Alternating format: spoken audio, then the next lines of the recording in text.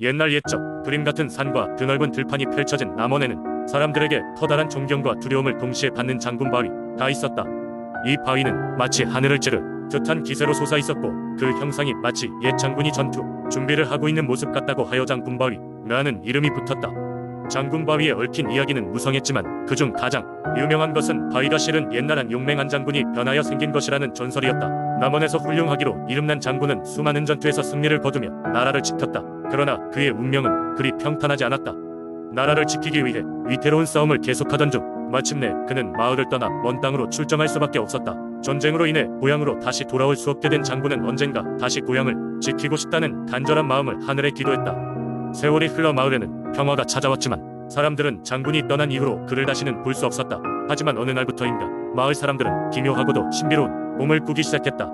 그 꿈 속에는 장군이 등장했고 그는 자신이 고향으로 돌아와 그곳을 지키고 있다고 말했다. 꿈이 반복되자 마을 사람들은 장군의 메시지가 단순한 헛된 것이 아니라고 믿게 되었다. 그러던 어느 날 마을의 노인이 장군이 머물렀던 언덕에 올라가 보니 이전에는 보이지 않던 커다란 바위가 서 있었다. 사람들은 장군의 영혼이 바위로 변신하여 고향을 지키고 있는 것이라 믿었다.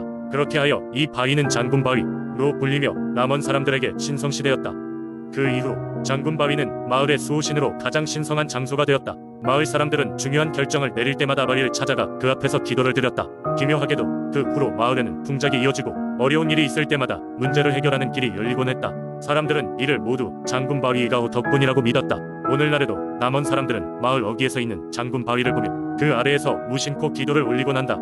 장군바위는 남원의 역사와 민속, 신앙의 상징으로 남아있으며 사람들은 여전히 그곳에서 장군의 은혜를 느끼고 있다.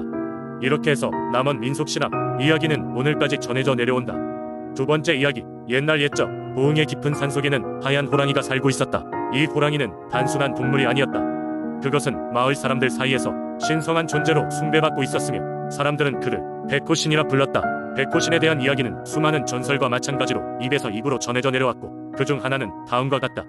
예전에 고흥 마을에는 대대로 농사를 지으며 살아가는 순박한 사람들이 살고 있었다. 넉넉하지는 않았지만 서로 도우며 평화롭게 살아가던 어느 날 이 마을에 기근이 닥쳤다. 비가 내리지 않아 농작물은 말라가고 사람들은 먹을 것이 없어 곤경에 처하게 되었다. 마을의 장로들은 이대로는 아무도 살아남을 수 없다며 하늘에 기도를 드리기로 결정했다. 하지만 하늘의 응답은 오지 않았고 사람들은 절망했다. 그러던 중 어느 밤 한 젊은 농부가 꿈을 꾸었다. 꿈 속에서 그는 하얀 호랑이를 보았고 호랑이는 그에게 이렇게 말했다. 나는 산의 수호신이니라. 나의 재단에 감사를 드리며 너희 마을에 비를 내려주리라. 용기를 내어 산 정상으로 올라와라. 젊은 농부는 꿈에서 깨어난 후에도 그 호랑이의 눈빛이 잊혀지지 않았다. 그는 마을 사람들에게 꿈 이야기를 전했고 사람들은 의심 반 기대 반으로 산 정상으로 향했다. 그곳에서 그들은 오래된 제단을 발견했고 그것이 백호신에게 바치는 제단임을 알게 되었다. 마을 사람들은 가난했지만 정성껏 재물을 마련해 제단에 올렸다. 그때 갑자기 하늘이 어두워지더니 폭우가 내리기 시작했다. 비는 빠르게 마을의 논밭을 적셨고 사람들은 기쁨에 찬 환호성을 질렀다. 백호신의 은혜로 마을은 다시 번영을 되찾을 수 있었다. 이후로 마을 사람들은 매해 백호신에게 감사의 제사를 올렸다고 한다. 산을 지키던 하얀 호랑이는 인간을 돕는 신으로서 사람들의 삶 속에 깊이 자리 잡게 되었다. 그리고 백호신의 전설은 시간이 지나도 고흥 사람들의 마음속에 살아 숨쉬고 있다. 이 이야기는 당시 사람들에게 생활의 지혜와 고난 극복의 의지를 심어주었으며 고흥 지역의 민속신앙을 이해하는 대중요한 거리로 남았다. 지금도 고흥의 산속 깊은 곳에는 하얀 호랑이의 전설이 여전히 내려오고 있다고 믿고 있다. 그 모습은 보이지 않지만 사람들은 여전히 그 신의 존재를 느끼며 그의 은혜에 감사하고 있다. 세 번째 이야기, 오래전 태백산 깊은 곳에는 여우 여신 호롱이 숨어 살고 있었다. 사람들은 호롱을 두려운 존재로 여겼지만 동시에 그녀의 신비로운 힘을 갈망했다. 호롱은 천년을 살아온 하얀 여우였으며 인간의 모습으로 변신할 수 있는 능력을 가졌다. 그녀는 산속에서 이따금씩 나타나 인간들에게 친절을 베풀며 그들의 소원을 이뤄주기도 했다. 하지만 그 무엇보다 중요한 것은 그녀의 마음을 얻는 것이었다. 어느 날 태백산 자락에 살던 한 젊은 어부가 호롱 여신에 대한 이야기를 듣게 되었다. 그의 이름은 이성각이었고 그는 큰 소원을 품고 있었다. 병든 어머니를 위해 무슨 일이든 할 각오가 되어 있었다. 며칠 동안 이성각은 호롱이 나타난다는 곳을 찾아다니다 마침내 여우 여신 호롱과 마주하게 되었다. 이성각은 자신의 사연을 호롱에게 이야기하며 어머니를 살릴 수 있는 힘을 간절히 구했다. 호롱은 잠시 고민하더니 그 이질심을 느끼고 다가가 말했다. 내가 진정으로 어머니를 위하는 마음을 가졌구나. 하지만 내 소원을 이뤄주기 위해서는 험난한 과정을 거쳐야 할 것이다. 이성각은 어떠한 어려움도 감수하겠다고 다짐했다.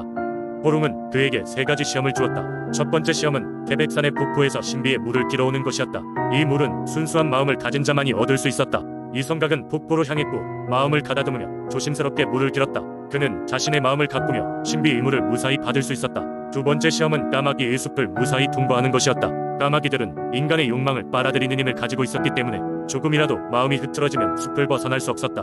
이성각은 깊은 명상 끝에 숲을 지나칠 수 있었고 자신의 결의를 다시 한번 다졌다. 마지막 시험은 호롱의 가장 소중한 여우 구슬을 돌려주는 것이었다. 이성각은 이미 두 시험을 통과했지만 이번에는 마음속 유혹과 싸워야 했다.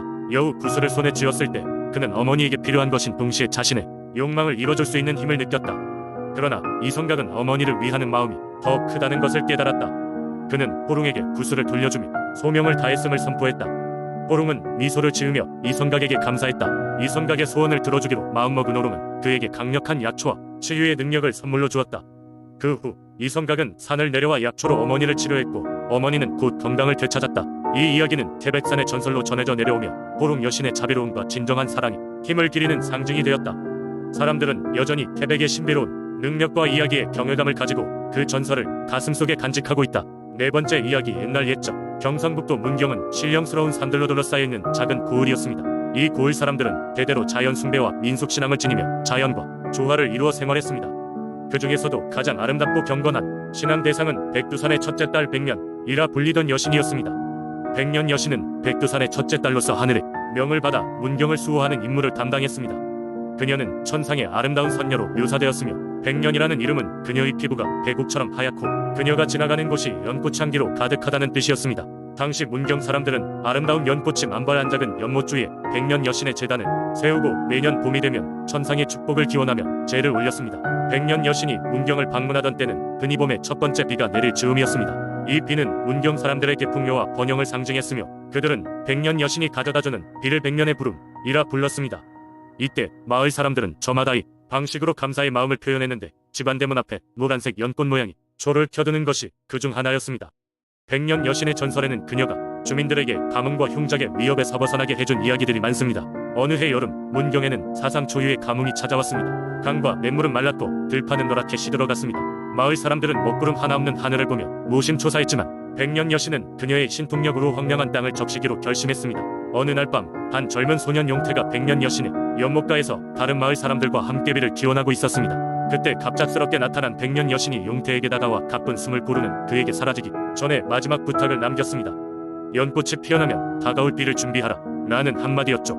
이후 연못의 물결이 고요해지고 연잎 한 장 위에 연꽃이 피어나며 곧 비가 오기 시작했습니다. 다음날 마을에는 소년 용태의 눈부신 활약 덕분에 풍성한 비가 내렸습니다.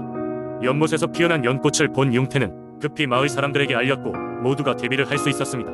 자칫 비로 인해 홍수가 날 수 있었던 상황에서도 백년 여신의 경고 덕에 사람들과 가축들이 무사할 수 있었습니다. 그때부터 용태는 백년 여신의 특별한 사자로 추앙받았고 그의 집안은 대대적으로 여신께 제사를 드리는 역할을 부여받았습니다. 문경의 주민들은 백년 여신의 은혜를 결코 잊지 않았습니다. 그녀에 대한 제사와 믿음은 계속되었고 시간이 흘러도 그녀의 이야기는 문경 사람들 사이에서 언제나 전해져 내려왔습니다. 오늘날까지도 매년 봄이 되면 문경에서는 백년 여신에게 감사와 존경을 표하는 백년제가 열리며 이 전통은 문경의 소중한 문화유산으로 자리 잡았습니다. 다섯 번째 이야기. 옛날 옛적 동해안의 작은 어촌 마을 울진에는 특별한 능력을 가진 해녀가 살고 있었습니다. 그녀의 이름은 강순이었고 마을 사람들은 그녀를 해녀 할머니라고 불렀습니다. 해녀 할머니는 단순한 해녀가 아니었습니다. 그녀는 깊은 바다의 비밀을 알고 있었고 바다와 교감하여 마을에 풍어와 평화를 가져다주는 수호신과 같은 존재로 여겨졌습니다. 어린 시절부터 바다의 특별한 끌림을 느낀 순이는 소녀 시절부터 해녀가 되어 매일같이 푸른 파도와 눈이었습니다. 그녀는 특별히 숨을 참는 능력이 뛰어나 누구보다도 깊은 물속으로 잠수할 수 있었습니다. 사람들은 순이가 바닷속 생명체들과 대화를 나눌 수 있다고 믿었고 그녀 스스로도 때론 그런 느낌을 받았습니다. 순이가 20대가 되었을 때 마을에는 전례 없는 큰 폭풍이 몰아쳤습니다.